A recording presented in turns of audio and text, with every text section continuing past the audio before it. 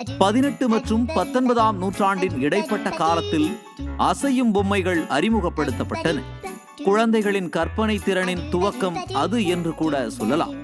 Shinchan cartoon மூலம் பிரபலமான ஹீனா மட்சூரி பொம்மைகளை வைத்து ஒவ்வொரு ஆண்டும் மார்ச் 3ஆம் தேதி அதனை ஒரு விழாவாகவே ஜப்பான் மக்கள் கொண்டாடுவர். 1986ஆம் ஆண்டு அமெரிக்கா டால் நிறுவனம் பள்ளி மாணவர்களின் அறிவாற்றலை மேம்படுத்த வரலாற்றை மையப்படுத்தி பொம்மைகள் செய்தன. இது மக்களிடையே நல்ல வரவேற்பை பெற்று தந்தது. தஞ்சாவூர் தலையாட்டி பொம்மை தமிழ்நாடு அரசின் புவிசார் குறியீடு பெற்றது. இது தஞ்சாவூர் குண்டுச்சட்டி பொம்மையில் இருந்து வேறுபட்டது.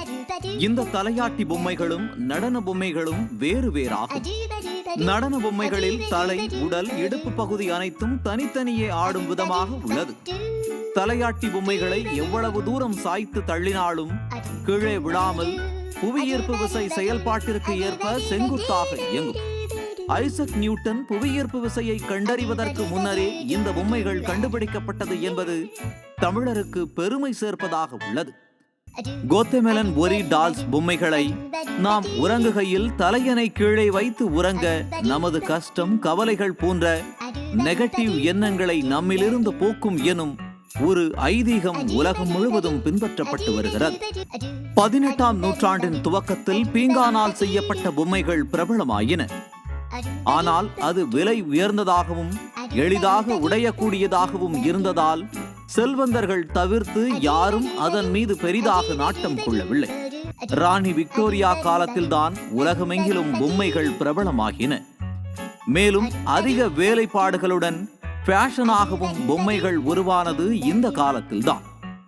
19ஆம் நூற்றாண்டு துவக்கத்தில் ஜப்பானில் இருந்து வெளியான ஆரிகாமி என்னும் பெயரிலான பேப்பரால் செய்யப்பட்ட காகித பொம்மைகளால் கைகளால் செய்யப்பட்ட பொம்மைகளின் மவுசு குறைந்து போனது. இன்றளவும் கூட பொம்மைகளுக்கு மந்திர சக்தி உள்ளதாக நம்பப்படுகிறது. களிமண்ணால் செய்த பொம்மைகளே இன்றைய பொம்மைகளுக்கு முன்னோடிகளாக உள்ளன. 19ஆம் நூற்றாண்டில் அமெரிக்கா வந்த ஜெர்மனி அகதிகளால் செய்யப்பட்டு விற்கப்பட்டதே முதல் வணிக ரீதியிலான பொம்மைகள் கிமு 2000 ஆண்டுக்கு முன்னதாகவே கிரேக்க நாடுகளில் தோன்றியவையாகும். எய்டாலன் என்னும் கிரேக்க சொல்லில் இருந்து உருவானதாக வரலாறுகள் கூறுகின்றன. ஆதி காலத்தில் ஒரு பொம்மை சாதாரண விளையாட்டு பொம்மையாக மட்டுமல்லாது வழிபாட்டுக்கும் மந்திர வேலைகளுக்கும் பயன்படுத்தப்பட்டுள்ளது.